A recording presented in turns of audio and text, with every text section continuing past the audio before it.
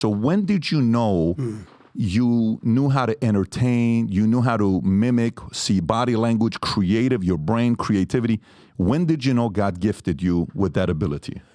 I mean, back in the day, having a famous father and coming from a musical background of people, because not only was my dad the lead singer, the main ingredient, my mom, quick story about my mom. So my mom met my dad at the Apollo Theater, and my mom was the headliner with her sister and another friend, and they were called the Sweethearts. And one of the opening acts were the main ingredient, but the headliner was the Sweethearts. And then one thing led to another. My mom's sister got pregnant and had my cousin Linnann. And then my mom got pregnant with my sister April.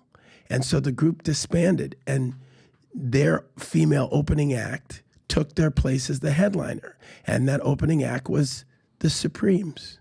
Wow. So my mom always says that Diana Ross, she's responsible for her career because they had kids, and the Diana Ross and the Supremes took the headliner, and then my father went from a undercard to the headliner, and then their careers were, the rest was history. So I always had music in the house, and I always had famous people coming over. You might know that my dad did some songs with the Jackson 5, produced some stuff with Stevie Wonder. So Al Jarreau would come by the house, and whenever they came by, my dad would say, "Watch my son do this." And I would either do a backflip or I would dance, and they would, I remember when my dad performed at Disneyland, because every night they'd have different performers at Disneyland, be it a Saturday or a Sunday and whatnot. And what would happen is my mom would get me and my sister, and we'd go as the park closed, and we go to the, I'll tell you another quick story. He performed on stage in Disneyland and would always bring me up as a little young kid, and I would do the lyrics of the song while he's singing. How old are you at this time? I can't remember. Whenever the first hit came out, it was probably Everybody Plays a Fool. It wasn't just I Want to Be Lonely, so I had to be 7, 8, 9, and I would, do the lyrics. But then the park would close, the general population would go out, and all the performers would take the rides, and you ride the rides every night over. And I knew then I wanted to entertain people, because I was like, wait, you get Disneyland all to yourself, and whenever I say anything into a microphone, people applaud? I was like, I'm hooked. So that reaction, that immediate reaction. That immediate reaction. So as life would have it, my parents had split in my first year. So I was probably 13 at around this time. And so we got evicted from one house and we'd moved to the next city. And the first time it happened, my mom moved in with my grandmother in an area called Victorville, California. Very familiar. So I was living before Vegas, on the way to Vegas. That's correct. Yes. So I'm living with my grandma. My grandma's tough love says, you guys got to get out. So we go to Apple Valley, California. So I go to Apple Valley Junior High School, I think first. And that was the first year transition, because junior high school used to be, I want to say 6th, 7th, 8th, 9th, 6th, 7th, 8th, 9th. And as the junior high president, we converted it to junior high school only 6th, 7th, and 8th. And that year, now you're talking 80s, early 80s, as a president, I got the body to agree to turn the 9th grade to the high school. So then I became the 9th grade president based on what happened there. And then I got voted in as the 10th grade president, but we moved away, right? So we moved from that house and we moved to Orange County. So we went from Apple Valley to Tustin.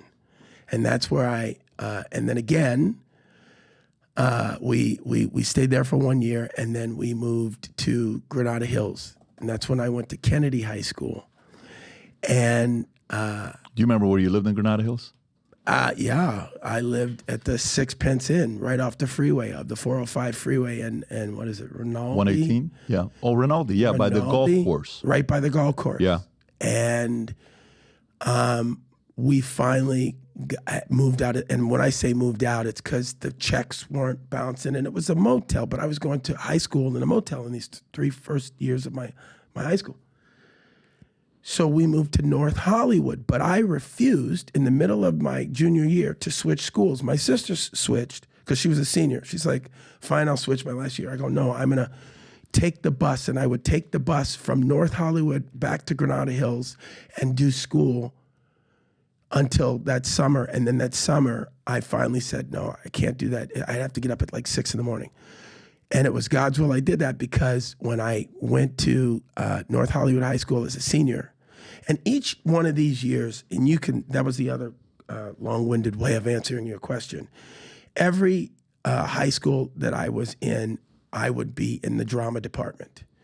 And eventually leading up to the Kennedy High School drama department, and they have this thing called the LAUSD, Los Angeles Unified School District's Shakespeare Film Festival, once a year. And during my 11th grade year, going to the Kennedy High School, I competed and I did individual monologue and played Feste in 12th Night, and won the competition of all the high schools in Los Angeles. And so what happens is, from each category, maybe there's 13 categories, each person that takes, you get a 3rd place medal, a 2nd place medal, then you have a 1st place trophy, and you perform in front of all the schools in the auditorium.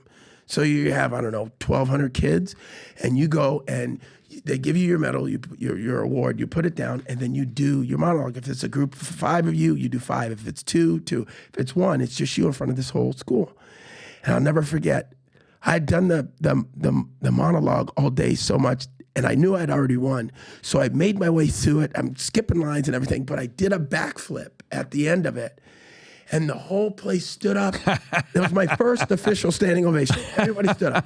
Anyway, so I tell you that story because here I am going back and forth on this bus. And then even that summer, I had a job at the Northridge Fashion Center, the Bob's Big Boy. And I'm doing that. I worked at Bob's Big Boy. Did you? Yeah. I was at the Bob's Big Boy Jr. in the Northridge Fashion Center, right? So my mom and my sister say, why are you going to do this to yourself? You're really going to, we live walking distance to North Hollywood High School. And I was like, yeah, but I'm the man at Kennedy. I remember I won the festival. Everybody knows me. I'll never forget the first day. Do orientation. You pick your classes. And I walk into that drama class, because I always do drama class. North Hollywood High. At North Hollywood High School. And everyone went, there he is. That's the kid that did the backflip. And they all applauded. Wow. So they knew because of the Shakespeare. They knew. And I was like, all right, my mom was right. And from that moment on, I was a celebrity at North Hollywood High School. So much so that I was doing Little Abner during the lunch breaks in the quad with all the crew. And at night I was doing, the Highwaymen in Tom Jones, which was, these are, or I do a Shakespeare thing and play an old man and do all of this stuff. And one of the kids who wasn't even an actor in the play, in the night play, he was working the lights on the stage. His mom came backstage, and he said, Richard Milburn is his name. And Richard said, Cuba, you got to meet my mom. She's a huge fan. And I said, hi. And she said, what you did on stage was amazing. Do you know who I am? I go, Richard's mom. She goes, my name is Corley Jr. of the Corley Jr. Agency. And to make a long story short, back in the day, Shirley Temple had one main competition, and it was Corley Jr. They had the blonde locks, and they were little girls. And Shirley Temple went to become this big star. And Corley Jr., what she became was a specialty act agent. And the way she became that is she would go and do the little small parts in movies, not as big as Shirley Temple. And she'd see these little people, she called them. We called them midgets at the time. And they all were getting drunk and rowdy in this little area. And she said, you need to treat them better. They need to have their own hotel rooms in there.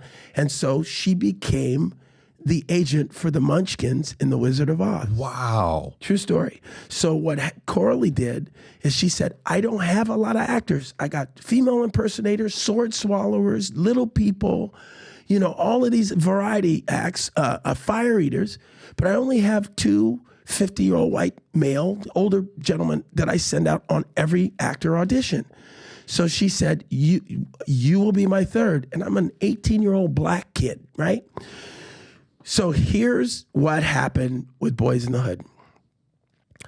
I went on an audition and I picked up my sides and I sat in a room with all these other older white men. Mm-hmm. And Jackie Brown came out and said, okay, Cuba Gooding. And I stood up and she said, oh, honey, you're at the wrong audition. I go, well, I'm here anyway. Will you let me read? And she said, sure, come in. So I came in and I started doing the thing and just became this old man. And I started, doing the whole thing. She laughed and laughed, and she said, obviously this part isn't right for you, but I'm going to remember you. And she brought me back for John Singleton and Trey and Boys in the Hood. Get out of here. And that's how I got the role. It's a true story. Wow. So if you like this clip and you want to watch another one, click right here. And if you want to watch the entire podcast, click right here.